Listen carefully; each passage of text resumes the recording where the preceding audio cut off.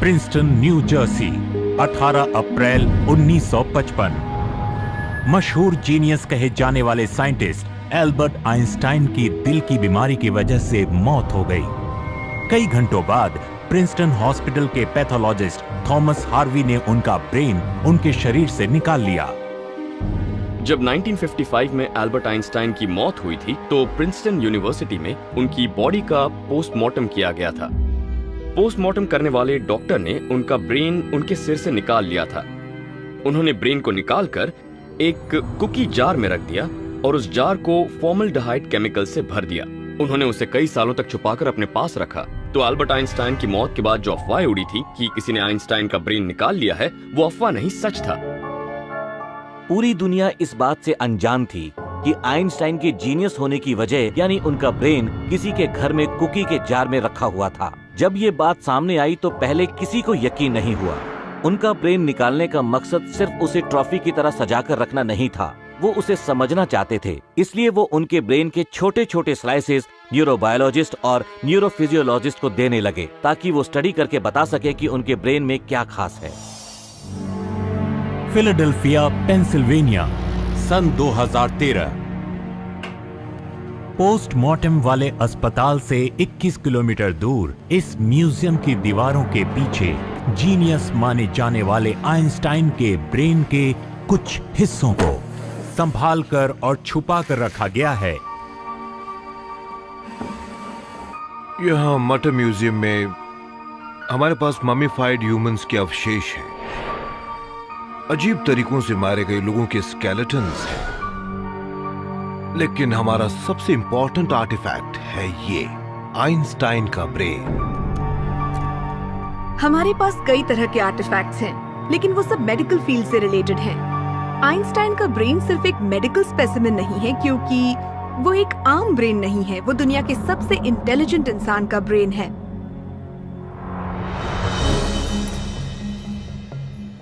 दो 2011 में मटर म्यूजियम को आइंस्टाइन के ब्रेन के 46 स्लाइड्स मिले। उन्हें ये स्लाइड्स डॉक्टर लूसी रॉर्क एडम्स ने दिए, जिन्हें ये स्लाइड्स थॉमस हार्वी के एक कर्मचारी से मिले थे। मैं खुद को बहुत लकी मानती हूँ कि मुझे 40 सालों तक इन स्लाइड्स का ध्यान रखने का मौका मिला। मेरे हिसाब से ये एक साइंटिफिक खजाना है। सबसे चौंकाने वाली बात यह है कि आइंस्टाइन का ब्रेन बिल्कुल जवान इंसान के ब्रेन जैसा था। 76 वर्ष की उम्र में भी उनके ब्रेन के न्यूरॉन्स की कंडीशन बहुत अच्छी थी और ब्रेन में कोई कमजोरी या डिफेक्ट नहीं आया था।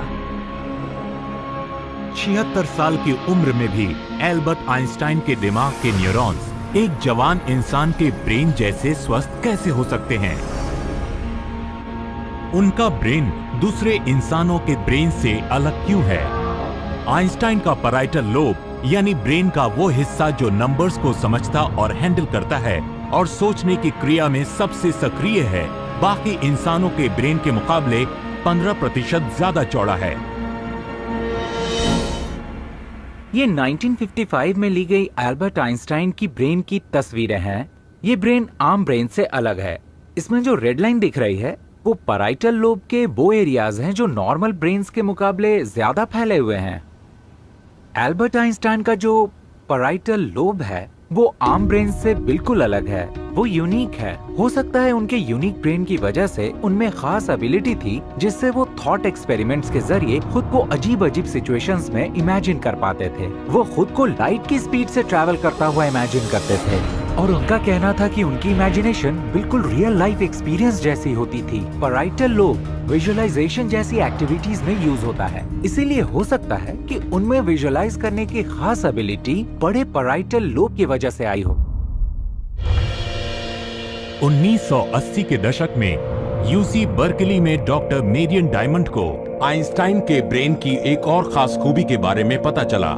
डॉक्टर डायमंड ने यह जाना कि उनके ब्रेन में आम ह्यूमन ब्रेन के मुकाबले 70% ज्यादा ग्लियल सेल्स हैं। ब्रेन में सिर्फ न्यूरॉन्स के बीच कम्युनिकेशन नहीं होता,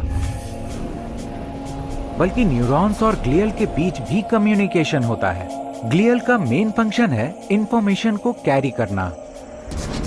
तो अगर एक ब्रेन है जिसमें हर न्यूरॉन में ज्यादा ग्लियल है तो उससे ब्रेन में इंफॉर्मेशन जल्दी ट्रैवल करती है और प्रोसेस होती है, जिससे ब्रेन ज्यादा अच्छी तरह परफॉर्म कर पाता है। पूरी दुनिया में लगभग 99.9% इंसानों के ब्रेन्स बिल्कुल एक जैसे होते हैं, लेकिन कुछ ब्रेन्स खास होते हैं। जैसे कि आइंस्टाइन का ब्रेन आम ब्रेन से अलग है, उसमें ज्यादा ग्लियल्स हैं और पैराइटल लोब भी बड़ा है। हो सकता है उनके जीनियस होने का यही कारण हो।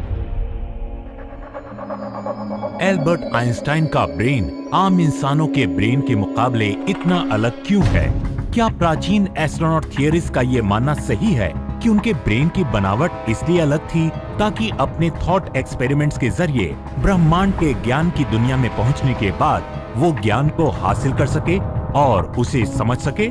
क्या ब्रह्मांड से मिले ज्ञान के कारण ही आइंस्टाइन 1 साल के अंदर 4 ऐसी बड़ी खोज कर पाए जिन्होंने इंसान की ब्रह्मांड को लेकर सोच ही बदल दी? ये कैसे पॉसिबल हो सकता है कि एक इंसान 1 साल के अंदर इतनी महत्वपूर्ण खोजें करके उन्हें मैथमेटिकल फॉर्मूलाज के जरिए साबित भी करके दिखाए और उनके खुद के कलीग्स को उनकी बातें समझ में नहीं आती थी?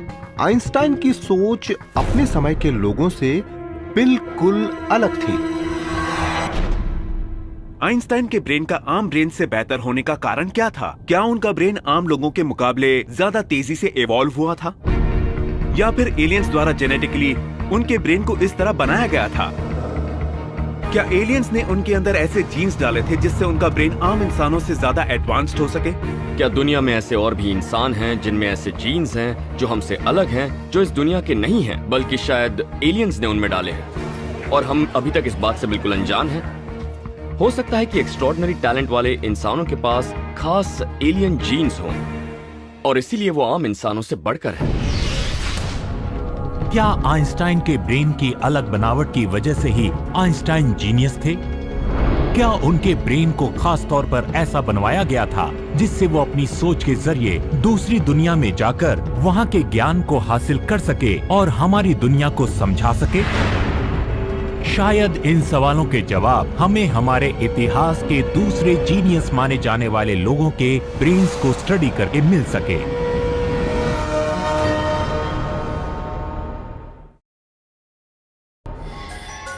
Stockholm, Sweden, 1921।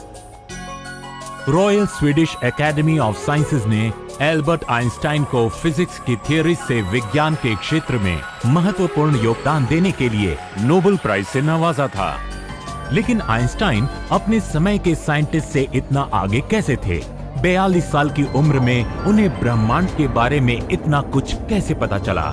हम अगर अपने इतिहास पर गौर करें तो समय समय पर कुछ खास लोगों को ऐसी इंफॉर्मेशन मिलती रही है जिससे मानव सभ्यता को फायदा हुआ है और हमने तरक्की की है। अब सवाल ये उठता है कि उन खास लोगों का ब्रेन वाकई स्पेशल है या उनकी कंसंट्रेशन पावर और चीजों को समझने की क्षमता अच्छी है। क्या प्राचीन एस्ट्रोनॉट थियरीज का ये मानना सही है कि एल्बर्ट आइंस्टाइन अपने जेनेटिकली एडवांस ब्रेन की मदद से थॉट एक्सपेरिमेंट्स करके किसी दूसरी दुनिया से जानकारी हासिल करते थे? अगर हाँ, तो क्या हमारे इतिहास में ऐसे दूसरे जीनियसेस भी हैं जो अपनी सोच या सपने के जरिए दूसरी दुनिया से जानकारी हासिल करते थे? Athens, Greece. Hellenic Military Academy के बाहर जंग में लड़ने वाले एक बहादुर हीरो और वेस्टर्न फिलॉसफी के निर्माता सोक्रेटिस, जिन्हें हम सुकरात के नाम से भी जानते हैं, उनकी मूर्ति है। सोक्रेटिस को जाती तौर पर जानने वाले लोगों का कहना है कि वो थोड़े अजीब से थे। वो कई घंटों तक एक जगह पर बैठकर अपनी सोच में डूबे हुए रहते थे। सोक्रेटिस का एक बहुत ही चौंका देने वाला डे ड्रीमिंग का एग्जाम्पल बताती हूँ। बात तब की है जब वो सिपाही थे और उनका दल पोटेडिया पर कब्जा करने की लड़ाई में लगा हुआ था। तब सोक्रेटिस अचानक जंग के मैदान में अपनी सोच में डूब गए और वो एक ही जगह पर खड़े होकर बिना हिले अपनी दुनिया में खो गए थे। 1 घंटा बीत गया, 2 घंटे बीत गए, 3 घंटे बीत गए। उनमें गजब का पेशेंस था जो उनके दोस्तों को थोड़ा सा अजीब लगता था और उन्हें उनकी दिमागी हालत पर कभी-कभी शक होता था। हमें हमेशा लगता है कि एक जीनियस थोड़ा पागल होता है, लेकिन उनका बर्ताव शायद इसलिए अलग होता है कि वो दूसरी दुनिया के लोगों के संपर्क में होते हैं। और सोक्रेटिस का खुद ये कहना था कि वो किसी राक्षस के संपर्क में थे। अब सोक्रेटिस जिसे राक्षस कह रहे थे वो उनके लिए कोई बुरा जीव नहीं था, बल्कि एंशिएंट ग्रीक्स के मुताबिक वो उस भगवान की कैटेगरी का हिस्सा था जो इंसानों से बातें करते थे और उन्हें जीवन के रहस्यों के बारे में और उनके मकसद के बारे में समझाते थे। क्या सोक्रेटिस का ये कहना कि वो किसी राक्षस के संपर्क में थे ये साबित करता है कि उनकी दिमागी हालत ठीक नहीं थी, या फिर ये साबित करता है कि वो किसी एलियन के संपर्क में थे जो उन्हें ब्रह्मांड से जोड़े रखता था और लगातार जानकारी देता रहता था? हमारे लिए ये कहना बहुत आसान है कि अरे सोक्रेटिस पागल थे, उनका दिमाग खराब था, वो कल्पना की दुनिया में जीते थे। वो जिस राक्षस की बात कर रहे थे वो एक तरह का मैसेंजर था या ब्रिज था उनके और उस दुनिया के बीच में जहां वो पहुंचना चाहते थे। क्या सोक्रेटिस अपने ख्यालों में खोकर किसी दूसरी दुनिया के जीव यानी एलियन से संपर्क करते थे? प्राचीन एस्ट्रोनॉट थियरीज का तो यही मानना है। अगर ये सच है तो क्या हमारे इतिहास के दूसरे जीनियस माने जाने वाले लोग भी अपनी सोच में गुम होकर किसी दूसरी दुनिया में पहुंच जाते थे और वहां से ज्ञान लेकर आते थे? मशहूर पेंटर लियोनार्डो दा विंची ने ये खुद कहा था कि वो अपने कमरे में बेड पर लेट जाते थे और लेटने से पहले बेड के निचले सिरे के पास एक जलता हुआ कैंडल रखते थे। फिर बेड पर लेटकर छत पर पड़ रही उसकी टिमटिमाती फ्लेम की परछाई को एकटक देखते रहते थे। ऐसा करने से उनका माइंड ऐसे स्टेट में चला जाता था जहां उन्हें नए आइडियाज मिलते थे। पुचिनी ने कहा था कि उनका सबसे फेमस ओपेरा मडामा बटरफ्लाई गॉड ने क्रिएट किया था। लिख वो रहे थे लेकिन उसका सोर्स भगवान थे। विलियम ब्लेक हमेशा अपने पोएम्स, गानों और पेंटिंग्स में ये बताने की कोशिश करते थे कि एंजल्स होते हैं और अर्थ पर आते हैं। ब्राह्म्स का कहना था कि म्यूजिक वो नहीं क्रिएट करते, उनसे कोई करवाता है। अब हमें ये नहीं पता कि ये सब लोग वाकई में किसी पावरफुल सोर्स जिसे वो भगवान मानते थे उनके संपर्क में थे, या फिर वो अपनी ही अंतरात्मा, अपने ही अंदर मौजूद शक्ति के संपर्क में थे और वो खुद इस बात से अनजान थे।